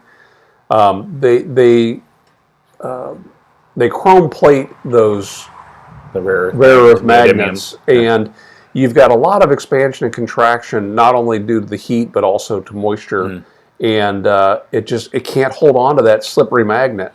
So I got a new design that we'll bring to market at some point. What's a bit funny is your experience with that helped inform some of our product development at our company. We have a component where we were gluing rare earth magnets into a plastic housing, and we kept having failure. And similarly, we were able to kind of jump over some R&D steps because I said, look, I can tell you this doesn't work, this doesn't work, this doesn't work. Because if it's a problem with a cob which has some purchase, has some texture to it, it's not going to work on a smooth plastic surface. It's not glued to the cob. I only put this into pipes that have a hardwood for the wood. But I mean, still, the surface there, glue is going to stick to that better than it's sticking to plastic. Yeah, polyethylene. And we tried roughing it up. We tried a whole bunch of other stuff. We eventually had to go to a screw-in magnet as the only option because we kept having failure. So a washer-shaped magnet with a screw, or a magnet that is shaped like a screw? No, it's a washer. It's a washer with a countersunk. Yeah. Those are great. Yeah. I've used those in woodworking projects.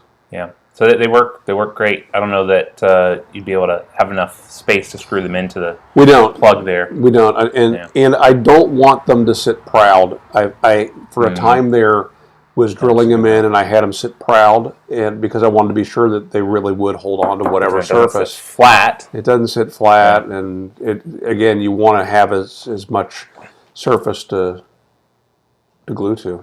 Yep. All right, so we got some great comments. There's some good questions. Well, let's share them. Wafflebird, what's your favorite book or a book that changed your life in some way? Oh, my. Go ahead. The Magic of Thinking Big, The Goal, How to Win Friends and Influence People. Mm-hmm.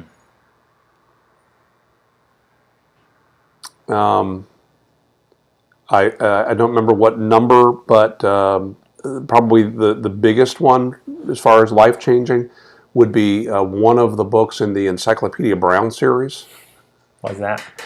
Because it finally got me to read. I just did not want to read as a kid, and we were supposed to read a book, and then they would put a star or something up on the wall, and I had the least number of stars up there, and the teacher pulled me aside, and she said, 2 things. I think you would enjoy this book, and since the book is actually a book of very short stories, I will count each chapter as a book.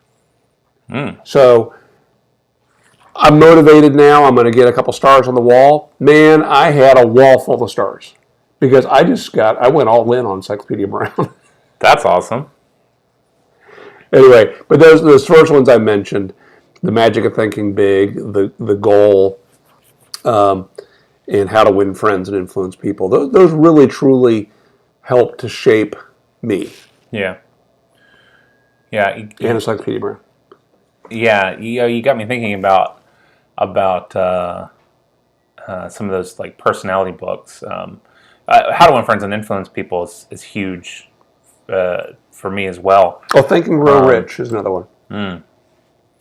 One more recently that's had a big impact is Captivate by Vanessa Van Edwards, and it's another nonverbal communication book. Talked about a whole bunch on here, and some of the things in there are now outdated because she talks about the importance of cortisone and dopamine, and how shaking someone's hand is of utmost importance because that gives them a hit of dopamine. You want that. You want to be associated with good feelings, and so she said, never high five, never wave when you can shake someone's hand. Well, kind of can't do that now. So how do you have a similar impact? Vienna sausage. That's it.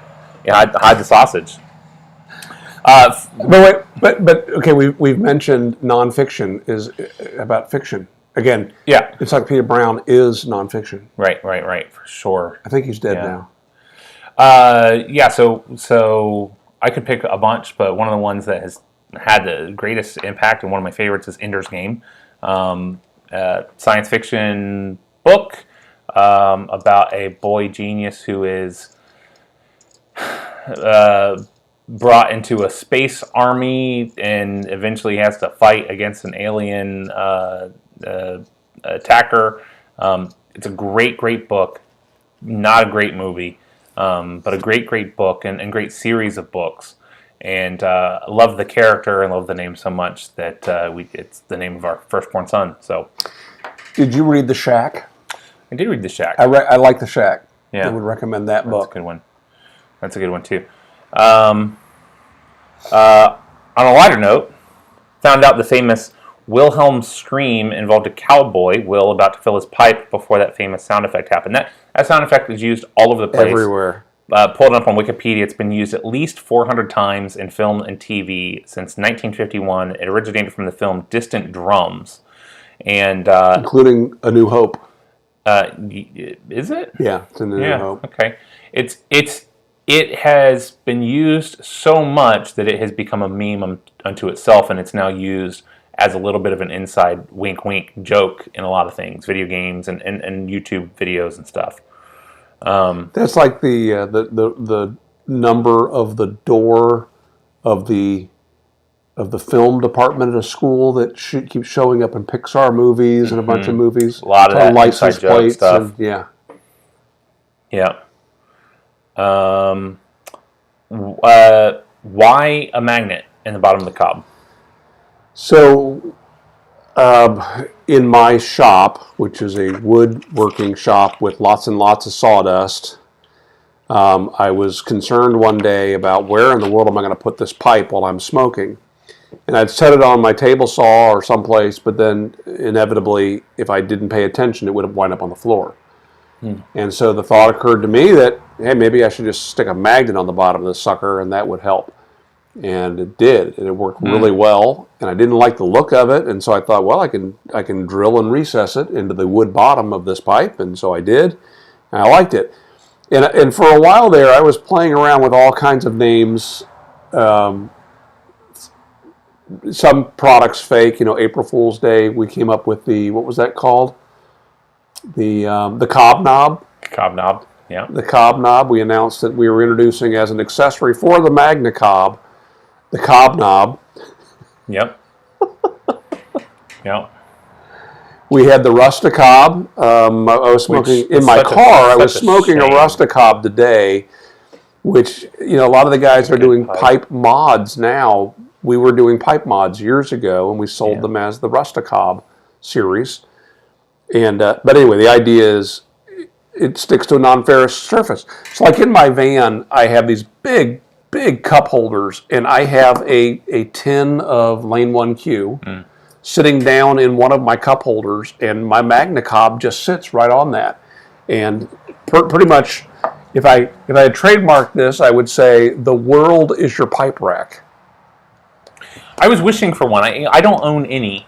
I don't own any Magna Cobs. I was wishing for one last night. I was smoking a pipe and sitting in a one of those collapsible lawn chairs, and just was struggling to find a place to put it that wouldn't catch the chair on fire. Yes, because it was a little warm. And you can stick it right on where the arm bends. There, you can stick it right there. Yeah. A couple problems we had in why I think we can bring it back, besides the mechanical problems of it and the magnet coming out, and that just disappoints people. The way I read the deeming laws, that makes me a manufacturer of a pipe.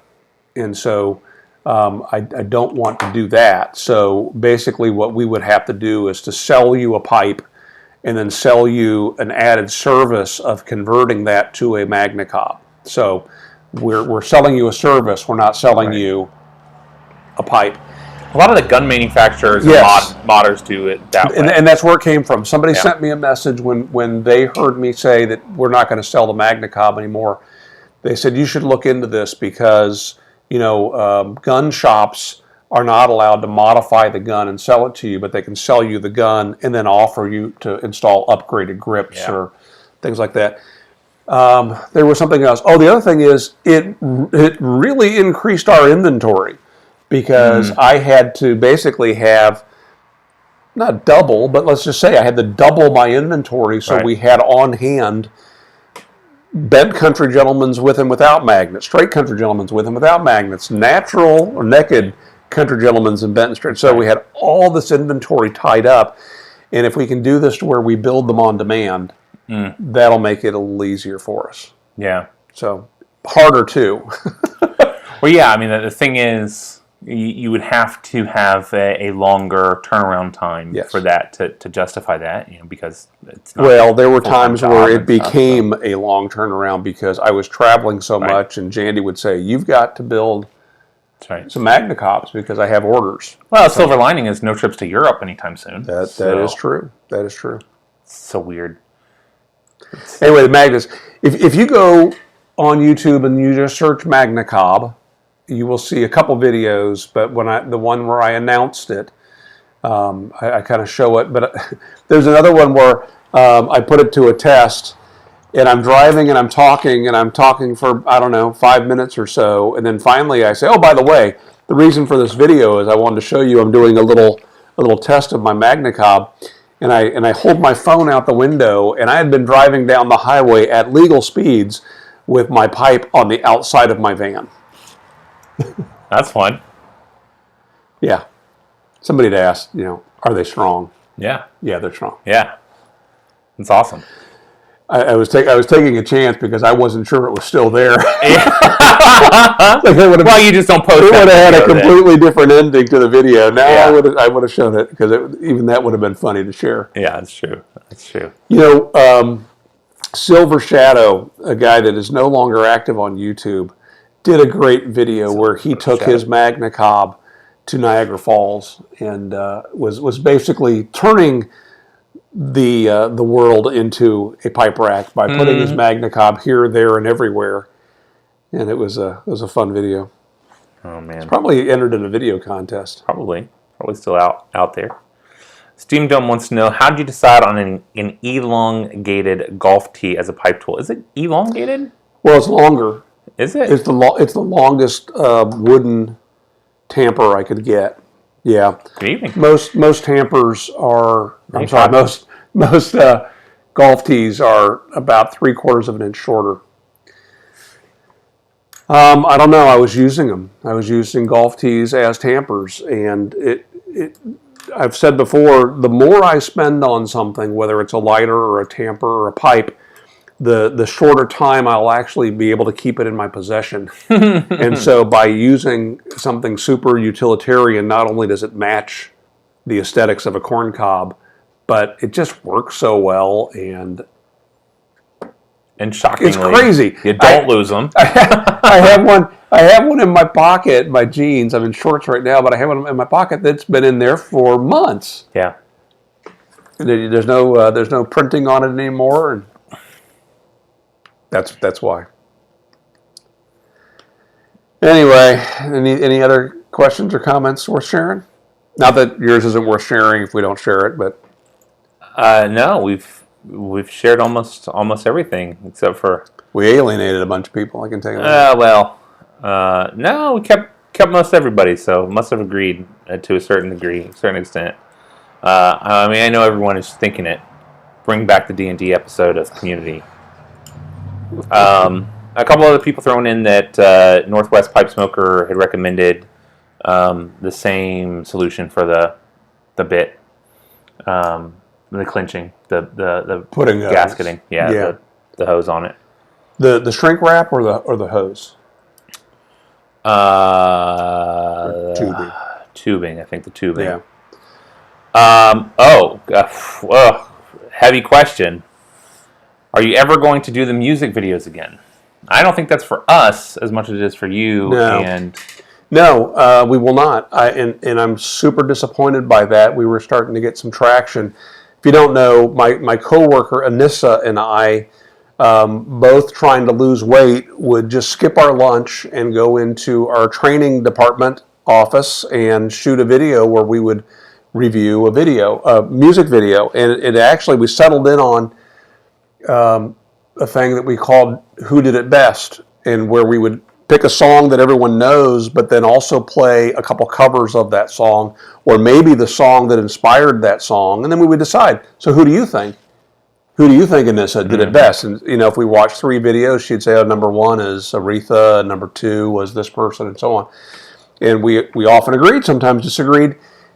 YouTube kept taking the videos down.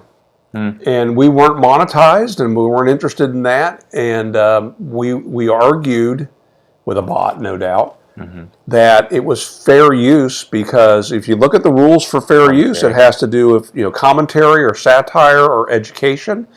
And I would argue that it was both commentary and educational, but YouTube disagreed. So we actually tried launching it on Facebook as a Facebook page or group, and we uploaded about 4 videos, and they were immediately taken down.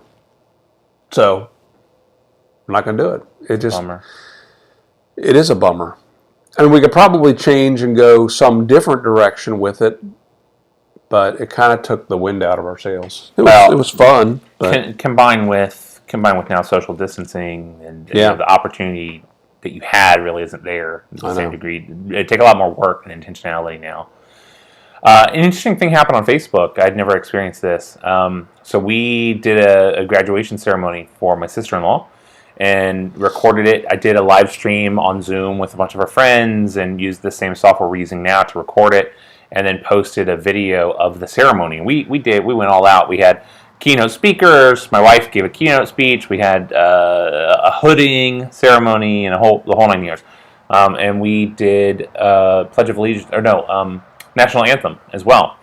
And Facebook recognized that it was copyrighted, and then instead of taking the video down, they just muted the song. I've never experienced that before. Yeah, we did it. That happened to us too. That happened on one of the 3 songs we had in an episode. Really? Yeah, they just silenced one of the songs. Man. You know, what's really funny too was one of them. I'm trying to think what the name of the song was. Respect.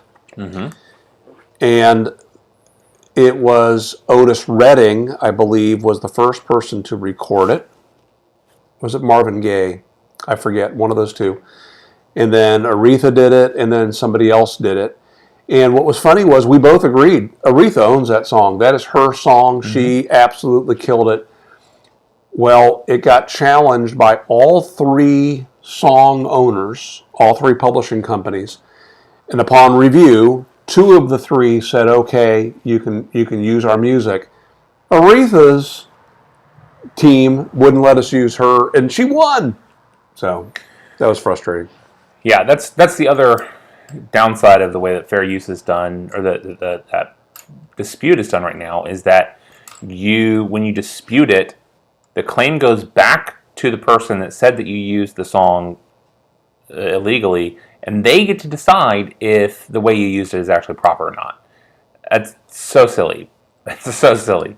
Now, thankfully, in that case, I guess 2 out of the 3 did decide that. Just like we won against Netflix. Did we ever talk about that? I don't know if we ever talked about that. We won a dispute against Netflix. I have an email that says that we won that Netflix approves the use of their footage for a Mark Women's Breakfast Club video. 2 or 3 years ago, we were talking about Dungeons and Dragons, and I was describing the process, and the conversation we had went way too long, and so as they do, so I cut it down. I cut it down to a quick voiceover and just used different pieces of footage. I used a 5-second clip from Stranger Things of the kids playing D&D, and mixed with some other stuff. Netflix, the bot or whatever, tried to take the video down. I disputed it, and we won the dispute. Having no audio and being totally voiceover commentary. That's kind of cool. It's kind of cool. So I uploaded a video of the belt sander race that I won. Yeah. No, it wasn't the year that I won. I came second place that year. But I used the Beach Boys song, I Get Around, and their record label caught it, and they hid the video. They didn't take it off completely. They hid it from view. And then a week or so later, I got a message saying that they have approved its use and that they were going to claim any monetary reward, and they have the right to put ads on the video. It's like, well, hey, the Beach Boys approved of my video. Probably not the actual Beach Boys, but I like to think that. Probably Al Jardine. Yeah, for sure.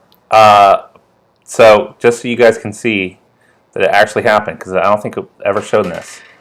Hi, Mark and Men's Breakfast Club. Good news! After reviewing your dispute, Netflix has decided to release their copyright claim on your video. So if you want to see where we used the clip from Stranger Things, it's episode 221, where we talk about D&D, among other things. So kind of cool to have that. It's the little things in life. That's funny. Steph and Skip say all of our Music Challenge live shows get taken down. We do them anyway. Well, yeah, if you do them live, at least the people that watch it live can experience it. That's what Martin was saying on his live shows. That's right. He does recordings. Records them and then edits out the music that he plays live. Yeah, because he knows they'll get taken down. Again, who has got time for that? Yeah. Austin asks, are you subscribed to any audiobook services, or do you prefer traditional book reading? Analog books. No, I mean, I have books on a Kindle app on my iPad, and I do read a lot of analog. I'm a weird reader. I'm a voracious reader, but I'm always reading multiple things. And so I'll have about 4 books in play and lots of magazines, and I'm looking at stuff on blogs, and it's the same way I watch TV, or, Jandy drives Jandy nuts. She'll come into the living room, I'll have something playing on the TV, I'll have YouTube videos on my laptop, and I'll be reading an article on my iPad, and I might also have my phone open to something. And, 3 of the things making noise and drives her nuts, and it's just the way my brain works. Yeah, I'm the same. It's like always doing a whole bunch of different things. Never have just one thing on at once.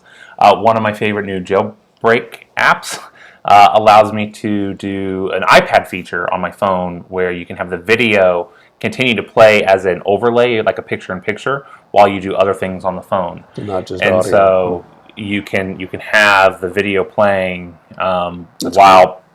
For me playing a game or browsing Reddit or whatever. For me, while I enjoy eyeball reading, it is almost exclusively audio at this point. And in fact, it's, my reading time has been cut down because almost all of that happens in the car. But I trained myself over a period of time to watch and listen to things and fast forward. And so now anything less than 2 times fast forward feels very slow.